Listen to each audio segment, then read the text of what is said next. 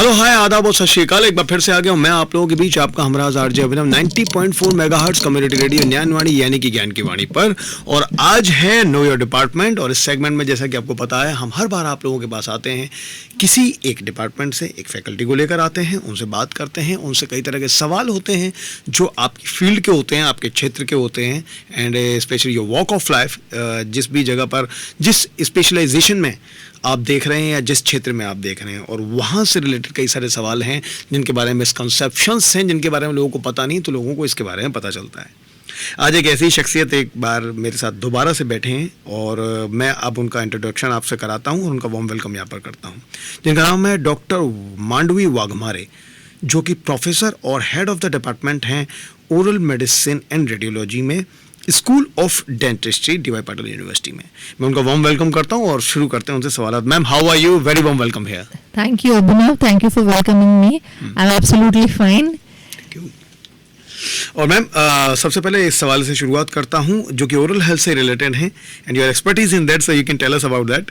How does oral health contribute to overall well-being, and what steps can people take to maintain good oral hygiene beyond just brushing and flossing? What do you say? So let me answer the second half of your question first. How can you maintain oral hygiene beyond toothbrushing and flossing? Yes. So good dietary habits also contribute to good oral hygiene. That is, it is very important to have more fibrous food, raw food या फिर fruits.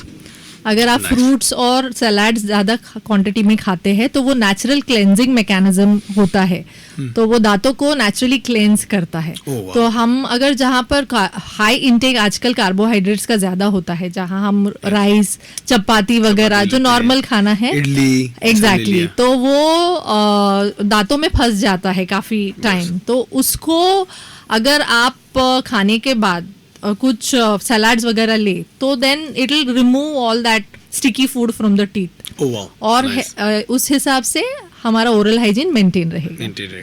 Okay, my second question is that can you share insights into the relationship between diet, nutrition and oral health, as you mentioned earlier, particularly in preventing dental issues? Okay.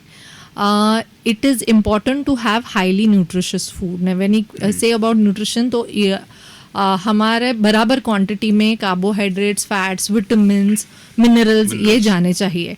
अगर किसी भी vitamin का deficiency है तो that will affect our oral health. जैसे अगर vitamin C deficiency है, अगर आप ज़्यादा विटामिन सी का फूड नहीं ले रहे हैं, लेमन या फिर ऑरेंजेस वगैरह जिसमें high component of vitamin C होता है, तो आपके मसूड़ों को अफेक्ट करता है वो। तो उसकी वजह से ब्लीडिंग ज़्यादा होती है मसूड़े में, मसूड़ा वीक हो जाता है, तो any amount of irritation to the gums will give rise to bleeding gums which will cause poor oral hygiene. अगर विटामिन डी या कैल्शियम की कमी है तो आपके दांत अफेक्ट होंगे, जो इनामल होता है दांतों के ऊपर का वो वीक हो जाएगा, और वो वीक होने की वजह से फिर हाई केरीज इंडेक्स हो जाता है। अगर आपका आयरन कंटेंट या फिर विटामिन बी एब्जॉर्प्शन कम है तो उसकी वजह से मुंह में छाले होते हैं, मुंह में एक अबनॉर्मल सा पेन होता है जो डायग्नोस करना डिफिकल्ट हो जाता है। सो जो भी डेफिशिएंसी है उस हिसाब से ओरल कैविटी डेफिनेटली अफेक्ट हो जाती है। Okay, that actually happened to me कि वो जो आपने बताया ना मुंह में छाले होते हैं, तो पहले मुझे लगा कि वो बेली से रिलेटेड है, आपके एपेटाइट से रिलेटेड है, तो उससे भी होता है, लेकिन हाँ उससे भी है कि जो आपने बताया अब्जॉर्प्शन नहीं होगा अगर आयरन और विटामिन B12 का, तो छाले होने के चांसेस है। ओके, चलो थैंक गॉड मैं उससे बच गया बाद में। Okay, what advice would you give to individuals who may have dental anxiety or fear of visiting the dentist? How can they overcome it for better oral care? See, visiting a dentist is always going to be anxious, क्योंकि even if I am a dentist, I am scared of sitting in the dental chair. Oh, okay. क्योंकि सबसे important चीज़ क्या है कि pain is very agonizing when it comes to dentistry. बहुत ज़्यादा तकलीफ होती है अगर दांत में पेन होता है, तो जब आप ये सोचते हो कि भाई अभी इसके आगे मुझे ऑलरेडी इतना दर्द है तो आगे क्या होगा, डेंटिस्ट क्या करेगा क्या नहीं, ऊपर से हमारे जो इंस्ट्रूमेंट्स है, आर्मामेंटेरियम जो सेटअप है, उससे भी लोगों को डर लगता है कि जब हम हमारे इंस्ट्रूमेंट्स यूज करते हैं तो वो नॉइजी हो जाते हैं, शार्प होते हैं। So all that is there. Anxiety कम करने के लिए first of all understand that आज टेक्नोलॉजी इतनी बड़ी है कि अगर आपको कोई भी प्रोसीजर करना है तो हम एनेस्थीसिया के अंदर करते हैं. विदाउट एनेस्थीसिया कुछ नहीं करेंगे. And when we give anaesthesia obviously there is going to be no amount of pain. Even for the fear of injection, if you think that inject करते वक्त मुझे दर्द होगा, तो उसके लिए भी सरफेस एनेस्थीसिया दिया जाता है कि आपको वो भी पेन ना महसूस हो. तो that can be taken care of. Other than that कि अगर आपके फियर्स और जो भी क्वेरीज है आप आपके डेंटिस्ट के साथ बात करोगे तो ही और she will definitely help you help you ease out. कि आपके क्वेश्चंस अगर आंसर हो जाएंगे तो आप भी रिलैक्स हो जाते हो. यस. और प्लीज उनके बारे में हम जरूर बताएं जिनके पास वक्त नहीं होता है वहां तक जाने का डेंटिस्ट की. नहीं, वक्त निकालना पड़ता है. वक्त होता किसी के पास भी नहीं है, लेकिन अपनी हेल्थ के लिए हमें वक्त निकालना पड़ता है.